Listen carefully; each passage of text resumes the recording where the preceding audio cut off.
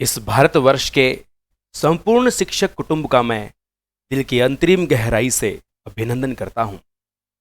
आज हम एक बहुत ही शानदार विषय पर बात करने वाले हैं। वह विषय है हमारा सामाजिक विज्ञान। यह सामाजिक विज्ञान आमतौर पर देखा जाए तो क्लास 6 से स्टार्ट होता है और कई बार हम लोग समझ नहीं पाते कि वास्तविकता क्या है सामाजिक विज्ञान की। तो इसी बिंदु को देखते हुए आज की क्लास में हम लोग सामाजिक विज्ञान की प्रस्तावना की हम बात करेंगे कि क्या इसकी प्रीमियर्स है और टोटल क्या हमारे सामाजिक विज्ञान के अंतर्गत आता है, क्या क्या इसके उद्देश्य है, क्या क्या इसका महत्व है और साथ में सामाजिक विज्ञान की शाखाओं के बारे में हम लोग आज चर्चा करने वाले हैं। देखिए साथियों, बड़ा ही अद्भुत और बड़ा ही प्यारा विषय है। हर एक इंसान भले ही वो आपके प्रैक्टिकल लाइफ में चाहे वो कोई सा भी सब्जेक्ट पढ़ाता हो या वो कोई सा ही सब्जेक्ट पढ़ता हो, लेकिन उसकी प्रैक्टिकल लाइफ में इस सब्जेक्ट का बहुत ही बड़ा वजूद है और बहुत ही बड़ा महत्व है। तो आप सभी विद्यार्थीगण यहाँ पर सभी शिक्षकगण ध्यान देंगे। सामाजिक विज्ञान जिसे हम सोशल साइंस कह देते हैं और आमतौर पर इसी को हम लोग एसएस के साथ में आगे चलकर इसको एसएसटी बना देते हैं। हमारा सामाजिक विज्ञान का ये पूर्ण काम हो जाता है। क्या महत्व है आज के इस समाज में इंसान को अनेक विषयों के साथ जोड़ने का जो काम करता है, हमें हमारे पूरे वातावरण का जो अध्ययन करवाता है और वातावरण की पूरी जानकारी देता है, यही आज हमारे इस सामाजिक विज्ञान का महत्व है। यानी इस भारतवर्ष में संसार में होने वाली घटनाएं उनके पूरे वातावरण से जोड़ने का जो काम करता है वो हमें कौन करता है? सामाजिक विज्ञान करता है। चलिए, ये तो आपने देखा सामाजिक क्या है। अब आप इस समाज के ऊपर दो बड़ी इंपॉर्टेंट चर्चा करने वाले हैं। सबसे पहली चर्चा हमारी रहेगी कि सामाजिक का अर्थ क्या होता है। इस सामाजिक का अर्थ क्या होता है, सामाजिक विज्ञान का लॉजिक क्या है, किस उद्देश्य के साथ में ये हमें यहां पर पढ़ाया जाता है। तो आप सीधी भाषा में देखेंगे, सामाजिक विज्ञान का उद्देश्य समाज के हर पहलू को समझना होता है और उनकी समस्याओं, कोई भी समाज की समस्या है और समाज की समस्याओं का हल ढूंढना ही हमारा उद्देश्य होता है। अच्छा, अब देखिए, एक बड़ी इंपॉर्टेंट बात निकल कर आ रही है। यह भी विषयों से संबंधित होता है, यानी यह विभिन्न विषयों को बीच में संबंध स्थापित करने का काम करता है। विषय का मतलब यहाँ पर समाजशास्त्र, राजनीति, ये तो बाद में आएंगे, लेकिन हमारे रोजमर्रा की जिंदगी में, रोज डेली रूटीन की जिंदगी के अंदर जो हमारे सब्जेक्ट्स हैं, विषय है, उनके बीच में संबंध स्थापित करने में हमें सहयोग करता है, सहायता प्रदान करता है। और सामाजिक विज्ञान की प्रमुख शाखाएं होती है वो आपके सब्जेक्ट बन जाएंगे, जैसे कि हिस्ट्री है, ज्योग्राफी है, आर्कियोलॉजिकल है, पॉलिटिकल साइंस है, इकोनॉमिक्स है, सोशोलॉजी है, वो इसके आगे चलकर इसकी शाखाएं हो जाएगी। क्वेश्चन किससे बनेगा, पॉइंट क्या है, जरा समझिए। पॉइंट्स को जरा गहराई से समझने की कोशिश करें। मैं आपको पॉइंट समझाता हूं। अर्थ, देखिए, सबसे पहले अर्थ को लेकर हम लोग बात करते हैं। क्या अर्थ रहेगा इसका और किस प्रकार से यह काम करने वाला है। सामाजिक विज्ञान का उद्देश्य आप समझेंगे। अर्थ और उद्देश्य दोनों एक ही साथ में बात हो जाएगी कि सामाजिक विज्ञान का उद्देश्य समाज के हर पहलू को समझना। यानी इसका अर्थ और उद्देश्य क्या है? समाज के हर पहलू को समझना, समाज के हर पहलू को समझना, हर पहलू को समझना, यह हमारा उद्देश्य है। एक नंबर तो अर्थ के अंदर यही अर्थ निकलता जाएगा, समझा रहा हूं बात को। और हमारे समाज में जो समस्याएं घटती है और सामाजिक समस्याओं का हल ढूंढना, दूसरा सामाजिक समस्याओं का हल ढूंढना, सामाजिक समस्याओं का हल ढूंढना, सामाजिक समस्याओं का हल ढूंढना। तो ये आप इस प्रकार से देख पा रहे हैं, ये दूसरा उद्देश्य बन गया इसमें। और इसी के साथ साथ में तीसरी बात आपको मैं यहां पर बता देता हूं, यह विभिन्न विषयों में संबंध स्थापित करने में सहायता करता है। यह विभिन्न विषयों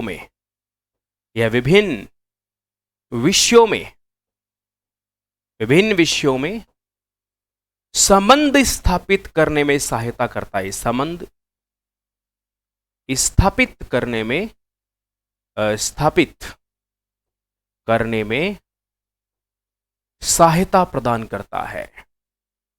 सहायता प्रदान करता है। सहायता प्रदान करता है। चलिए जी, ये आपने देखिए इसके 3 बड़े पॉइंट निकल कर आए हैं। इन जरा 3 पॉइंट को जब आप समझोगे तो यही आगे चलकर आपका एक नया बिंदु बन जाएगा। यानी सामाजिक विज्ञान का उद्देश्य क्या है, तो सामाजिक विज्ञान का उद्देश्य भी आपको समझ में आ जाएगा। यही हमारे सामाजिक विज्ञान का उद्देश्य है। क्या होता है कि हमारे समाज के अंदर बहुत सारे असामाजिक तत्व होते हैं, उन्हें भी समझाना पड़ता है।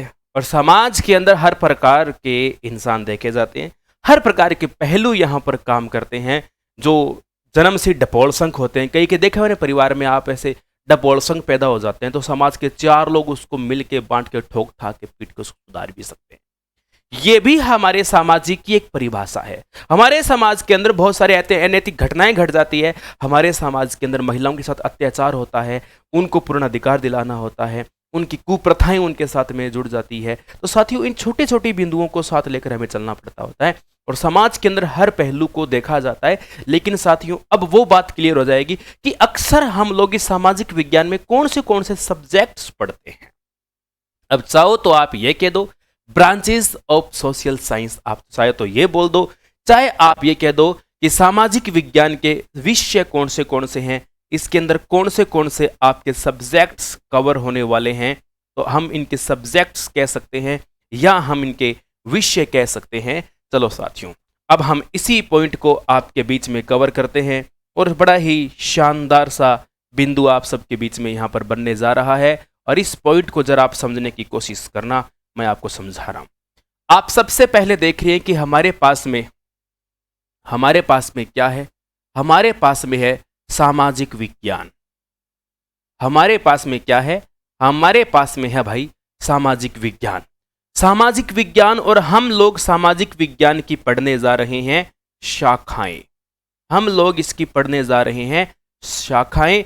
शाखाएं नहीं तो आप एक नाम और भी ले सकते हो, आप यूं भी कह सकते हो, नहीं तो आप यू सब्जेक्ट भी कह सकते हो, यानी कि इसके मुख्य सब्जेक्ट्स भी कह सकते हो। जरा अब हम सब्जेक्ट्स भी कह सकते हैं, या तो आप ये कह सकते हो इसकी शाखाएं, या हम यूं कह सकते हैं इसकी सब्जेक्ट्स।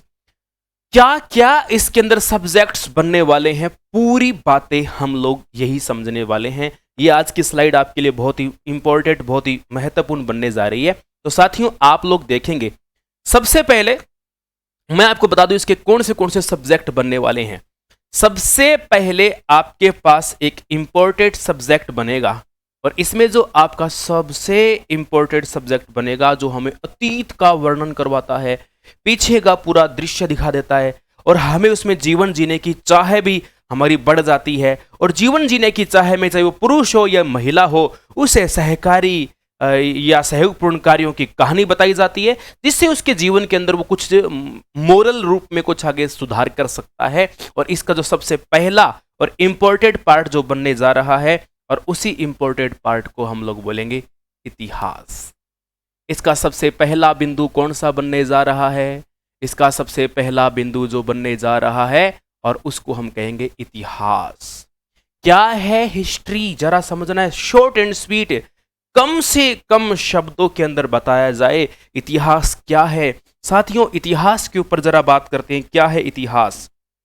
जरा देखिए, इतिहास हमें वर्णन कराता है हमारे अतीत का। ये हमें हमारे अतीत का दर्शन करवाता है। और ये एक प्रोफेशनल लैंग्वेज में बात करें, अच्छा जीवन जीने की चाह में अधिसंख्यक पुरुष व महिलाओं के सहकारी व सहयोगपूर्ण कार्यों की कहानी को ही इतिहास कहा जाता है। हम लोग यूं कह सकते हैं, अच्छा जीवन जीने की चाह में, अच्छा जीवन जीने की चाह में, जीने की चाह में, अच्छा जीवन जीने की चाह में, चाहे वो पुरुष हो या महिला हो,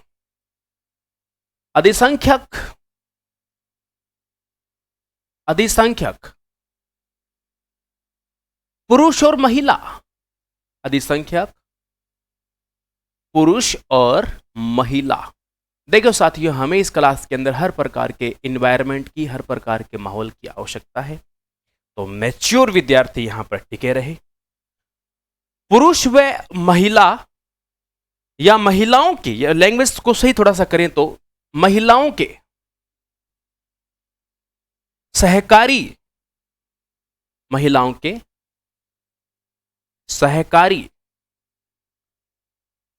और सहयोगपूर्ण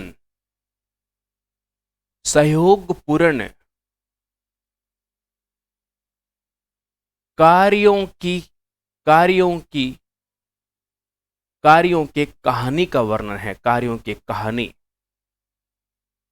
कहानी का वर्णन है। चलिए जी, ये हो गया हमारा इतिहास। सर जी इतना खतरनाक डेफिनेशन। अरे तो आप ये समझिए क्या कहना चाह रहा है। यदि आज से पहले कोई मान लो सम्राट अशोक था, सम्राट अशोक से आपको सीखने को क्या मिल सकता है? आप उसके सहकारी, उनके सहयोगपूर्ण कार्य की कहानी पढ़ोगे तो आपको जीवन में कुछ ना कुछ मोरल मिलेगा। तो आप एक तो अतीत समझ पाए हो, हमारा बीता हुआ समय कैसा था, कैसे लोग थे, और उसको मोरल बनाकर आप जीवन के अंदर कुछ नया कर सकते हैं, कुछ नया उसके अंदर आप उसमें खंगाल सकते हैं। और यही हमें इतिहास सिखाता है, और यही हमारे सामाजिक विज्ञान की सबसे मुख्य और सबसे पहली और प्रमुख शाखा रूप में देखी जाती है। और इसे हम क्या कहेंगे? इसे इतिहास कहेंगे। चलिए अगली शाखा बड़ी मोस्ट इंपॉर्टेंट है। आप देखेंगे नेक्स्ट शाखा जिसका मैं जिक्र करने जा रहा हूं आप सबके साथ में, और उस शाखा को हम लोग कहेंगे, वो शाखा हमारी है पुरातत्व विज्ञान। देखिए जरा, यहां पर आर्कियोलॉजी डिपार्टमेंट भी कह सकते हैं, पुरातत्व विज्ञान के रूप में देखेंगे। पुरातत्व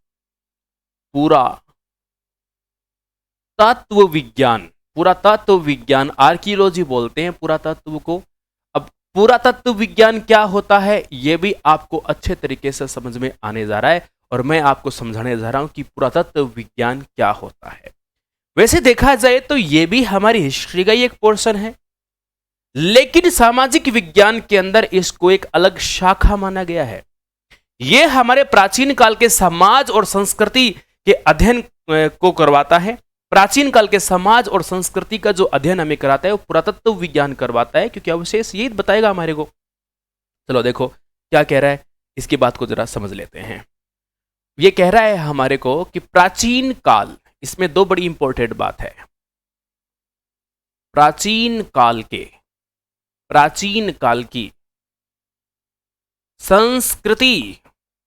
संस्कृति और समाज का अध्ययन, संस्कृति और समाज का अध्ययन, यही क्या कहलाता है? अध्ययन ही साथियों, यही कहलाता है हमारा पुरातत्व विज्ञान कहलाता है।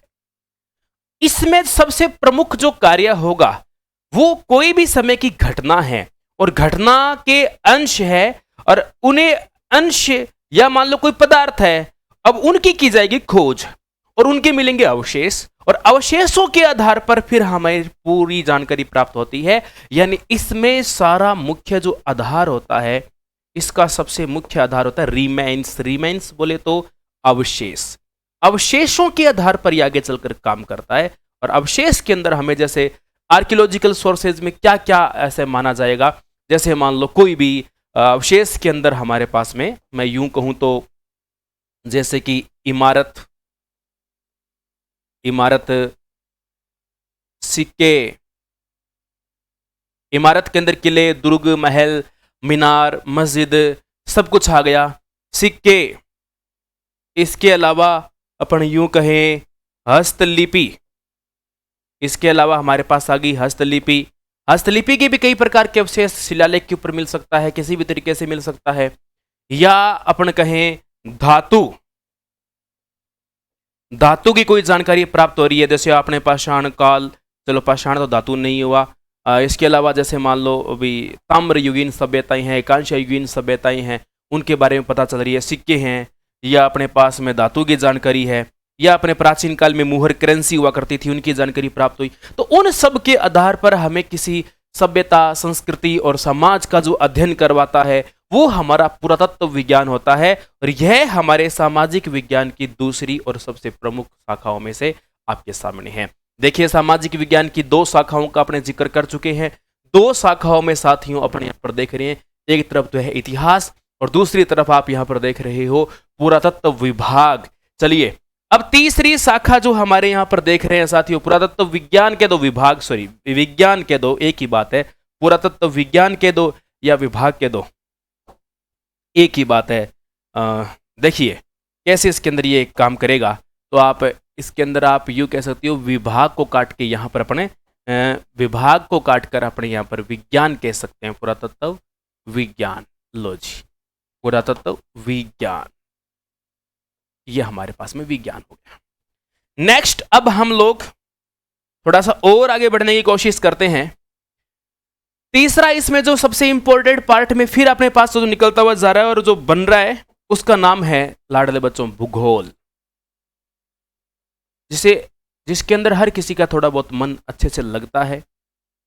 और इसको प्रैक्टिकली तौर पे समझा जाए तो वास्तव में बहुत ही ये शानदार विषय है और हमें बहुत ही गजब की इस प्रकार से ये अध्ययन करवाता है। क्या करवाता है? जैसे कि हमारे पूरी पृथ्वी की संरचना के बारे में क्या जानना, यहाँ के लोगों के बारे में जानना, यहाँ के स्थान और वातावरण का जो अध्ययन होता है उसी को भूगोल कहते हैं। यूं अपने शॉर्ट एंड स्वीट कहें, पृथ्वी, लोग, स्थान, वातावरण के अध्ययन को भूगोल कहा जाता है। भूगोल एक ऐसा विशिष्ट विषय है साथियों, जो सामाजिक विज्ञान को प्रकृति विज्ञान के साथ में जोड़ने का काम करता है। चलिए, तो तीन बातें इसके अंदर हमने कवर की है। भूगोल के अंदर क्या क्या हम क्या पढ़ेंगे? भूगोल के अंदर हम लोग पढ़ेंगे, सबसे पहले इसके अंदर हम लोग देखेंगे पृथ्वी की संरचना।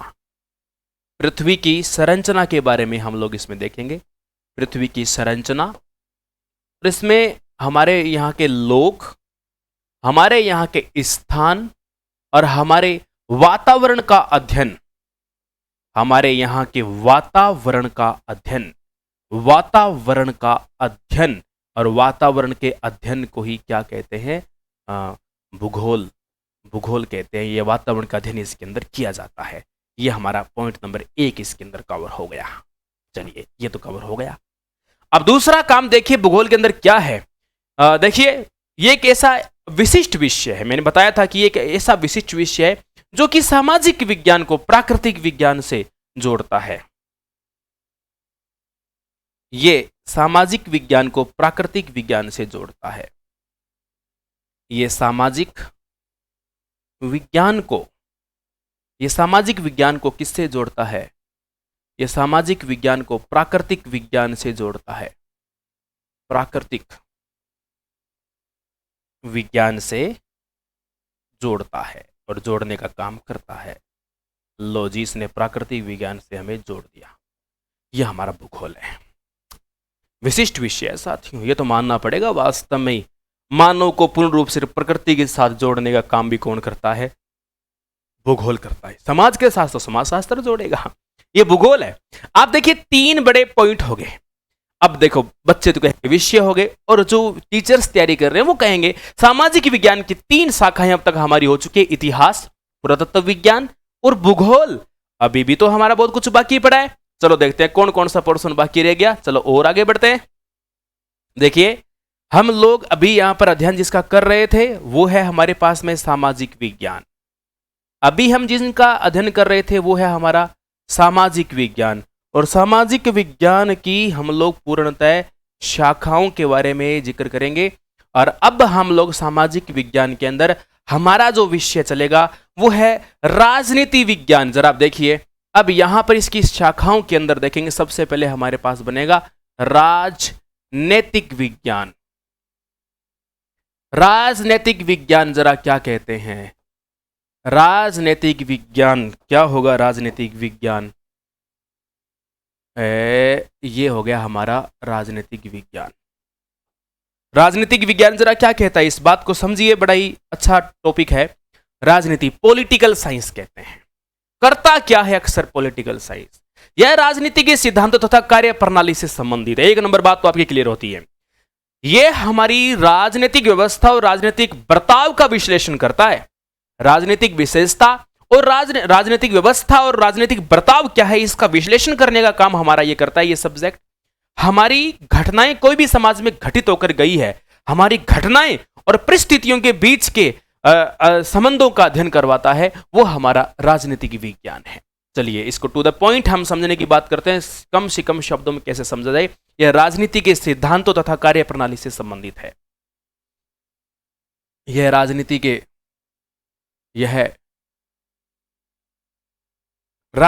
कार्य, यह राजनीति के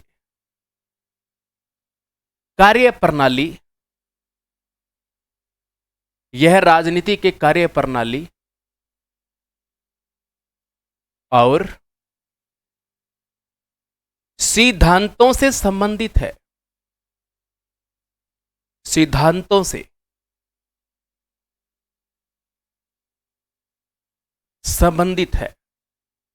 चलिए ये बात भी आपकी कवर हो गई। यह राजनीति के कार्य प्रणाली और सिद्धांतों से हमारा संबंध रखता है कौन? राजनीति विज्ञान। दूसरा पॉइंट है कि राजनीतिक व्यवस्था और राजनीतिक बर्ताव का विश्लेषण करता है। राजनीतिक व्यवस्था, राजनीतिक व्यवस्था, राजनीतिक व्यवस्था और राजनीतिक बर्ताव, कोई भी आप देखते हो कोई भी राजनीतिक बर्ताव होता है हमारा, उसका विश्लेषण करता है। राजनीतिक व्यवस्था और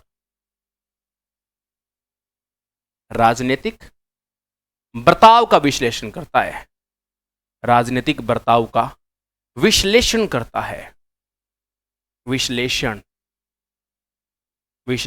करता है। और इस प्रकार हमारे यहां पर एक नया सब्जेक्ट तैयार होता है इस सामाजिक विज्ञान में, उसी को राजनीतिक विज्ञान के नाम से जाना जाता है।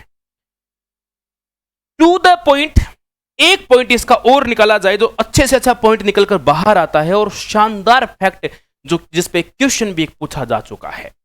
घटना तथा परिस्थितियों के मध्य संबंध का अध्ययन क्या कहलाता है? राजनीतिक विज्ञान कहलाता है। इसकी एक मतलब मोस्ट इंपॉर्टेंट इसकी डेफिनेशन जो हमारे यहां पर सामने निकल कर आती है, तो वो डेफिनेशन क्या निकलेगी? आप पुनः इस बात को देखिए, क्या कि घटनाएं और परिस्थितियों के मध्य संबंध का अध्ययन, घटनाएं तथा परिस्थिति के मध्य के संबंध का अध्ययन, संबंध का अध्ययन वो क्या कहलाता है? वही हमारा राजनीतिक विज्ञान कहलाता है। जैसे जैसे आप समझते जाओगे, हमारा संविधान है, जीवन के अंदर कैसे कोई यदि घटना घटित करता है तो कैसे उसको न्याय दिलाया जाए, कैसे उसकी सुनवाई की जाए, कैसे उसकी वर्किंग तैयार की जाए, कार्य प्रणाली क्या कर रहा है, उसका क्या रूल होना चाहिए, उसका उसका इसके पास में एक चार्ट होना चाहिए, एक डेस्टिनेशन होना चाहिए, टास्क होना चाहिए। यह सब चीजें हमें राजनीतिक विज्ञान ही सिखाता है, राजनीति ही हमारे जीवन के अंदर सिखाता है हम लोगों को। ये अब देखिए, यदि आप लोगों को या तो परिवार में रहना है तो फिर आपको एक रूल समझना पड़ेगा।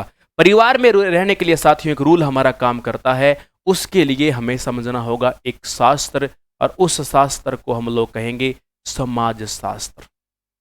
उसे हम क्या कहेंगे? उसे हम समाज शास्त्र के नाम से जानेंगे। ये लो जी, ये हो गया हमारा समाज शास्त्र। चलिए, समाज शास्त्र क्या कहता है? बिल्कुल सिंपल है, छोटा सा कॉन्सेप्ट है, बिल्कुल ही सामाजिक संदर्भ में मानव व्यवहार का अध्ययन। देखिए, सिर्फ सामाजिक के संदर्भ में बात कर रहा है, ये सामाजिक संदर्भ के अंदर बात कर रहा है। बिल्कुल सिंपल सी बात कह रहा है कि सामाजिक संदर्भ में, सामाजिक संदर्भ में, सामाजिक संदर्भ में, सामाजिक संदर्भ में हमारे यहां रहने वाले मानव व्यवहार का अध्ययन, मानव व्यवहार का अध्ययन, मानव व्यवहार का अध्ययन, इस मानव व्यवहार के अध्ययन को ही क्या कहते हैं? समाज शास्त्र कहते हैं। समाज में रहेगा, शादी होगी, विवाह ही हो गया, बच्चे होंगे, बच्चों की शादी होगी, रिश्तेदार जुड़ेंगे, सालियां होंगी, साले होंगे, ताऊ जी होंगे, काका जी होंगे, चाची जी होंगे, भाभी जी होंगे, सब होंगे। उनके बीच में कैसे पेश आना है हम लोगों को, हमारा कैसा व्यवहार होना चाहिए, माँ के साथ कैसा व्यवहार होना चाहिए, हम लोगों को समाज के बीच में हमारे को स्थापित करने का काम हमारा समाज शास्त्र करता है। बड़ा ही जोरदार पहलू है भाई, बड़ा ही शानदार फैक्ट है। आप जरा इस पॉइंट को देखेंगे ना, आपको आनंद आएगा। बहुत गजब का टॉपिक है ये। अब हमारे पास में लास्ट में जो आकर बचता है, अच्छा एक बात और है, यदि इस पर और थोड़ा सा अपने गहराई से जाना चाहे तो कैसे जा सकते हैं। समाज की संरचना और कार्य प्रणाली को समझने के लिए जो केंद्रित करता है वो भी हमें यही करता है, लेकिन आप मोटा मोटी स्तर पे देखेंगे मानव व्यवहार का अध्ययन समाज शास्त्र कहलाता है, सामाजिक संदर्भ के अंदर देखेंगे। अब हमारे पास में ले देके लास्ट सब्जेक्ट जो आता है, इसका एक लास्ट बिंदु आता है, उस लास्ट बिंदु को हम जिस नाम से जानेंगे वो हमारे पास है अर्थशास्त्र। वो हमारे पास है अर्थशास्त्र, जिसे आप इकोनॉमिक्स कहते हो। जरा सामाजिक संदर्भ में ये क्या कहना चाहता है, किस तरीके से ये काम करता है, जरा देखिए साथियों, इसका बड़ा शानदार पॉइंट है। क्या कहेगा, ये कहता है कि यह मनुष्यों द्वारा उत्पादन, उपभोग, संपत्ति के चयन हेतु अपनाए जाने वाले विभिन्न तरीकों को अर्थशास्त्र कहेंगे।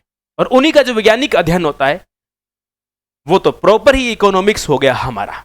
चलो जी, इसमें क्या होता है, हमारे मानव की जरूरतों को पूरा किया जाता है, मानव की जो आवश्यकताएं हैं और हमारे जो संसाधन है उन संसाधनों को हमें उपलब्ध करवाया जाता है, वो कार्य इसके अंतर्गत होता है। अर्थशास्त्र में सबसे पहले हम देखेंगे इसमें मनुष्यों द्वारा उत्पादन, पॉइंट क्या क्या रहेंगे इसमें, मनुष्य द्वारा उत्पादन,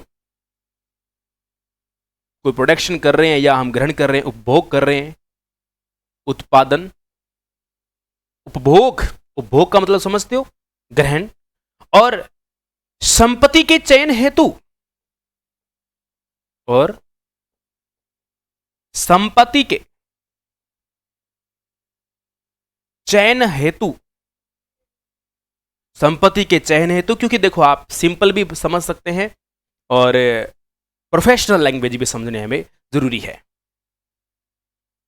मनुष्य द्वारा उत्पादन, उपभोग, संपत्ति के चयन हेतु अपनाए गए जो तरीके हैं, अपनाए गए तरीकों का वैज्ञानिक अध्ययन, अपनाए गए तरीकों का वैज्ञानिक अध्ययन, तरीकों का वैज्ञानिक अध्ययन, और आखिरकार यही क्या कहलाएगा, इसी को हम लोग अर्थशास्त्र कहेंगे। अब देख लो, मनुष्य की जरूरत तथा उपलब्ध संसाधनों के बीच में संतुलन का काम भी यही करता है। हमारे यहां पर संसाधन और हमारी आवश्यकता, लास्ट पॉइंट है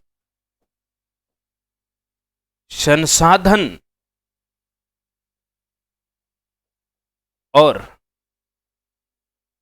आवश्यकता के मध्य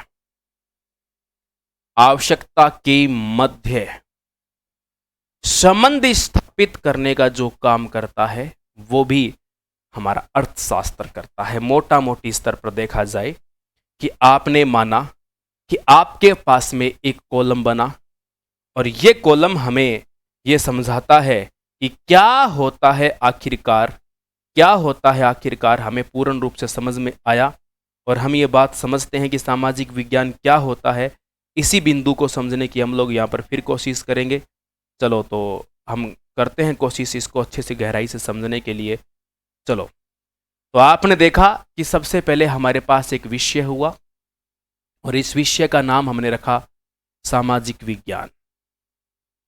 हमारे पास एक विषय हुआ, उसका नाम हो गया सामाजिक विज्ञान, एसएस भी कह सकते हो आप। अब हम लोग इसके सामाजिक विज्ञान की शाखाएं और या अपन यूं कहें जो जो आपके सब्जेक्ट्स बनते हैं उन सब्जेक्ट्स का हम प्रॉपर अध्ययन करेंगे। और अध्ययन करने के लिए फिर हम लोग छोटे छोटे कुछ कॉलम तैयार करेंगे, जिसके माध्यम से हमें ये समझ में आएगा कि हम लोग क्या क्या पढ़ने जा रहे हैं, क्या क्या हमारे पास होता है। सबसे पहले तो साथियों यहाँ पर एक कॉलम बना के समझेंगे, फिर एक कॉलम हम लोग यहाँ बना के समझेंगे और एक कॉलम फिर हम लोग यहाँ बनाकर समझेंगे। जो समझना तो पड़ेगा ही, सारा कुछ A to Z बातें समझनी पड़ेगी। और एक कॉलम हम लोग यहाँ बनाकर समझेंगे और एक कॉलम हम लोग यहाँ बनाकर समझेंगे और एक कॉलम हम लोग यहाँ बनाकर समझ लेंगे, क्योंकि हमें तो पूरा अंतर समझना है सारे। अब आप मेरे साथ साथ रिपीट करोगे कौन कौन से विषय हमारे मुख्य रूप से बने थे, उन तमाम विषयों का वर्णन करते हैं साथियों।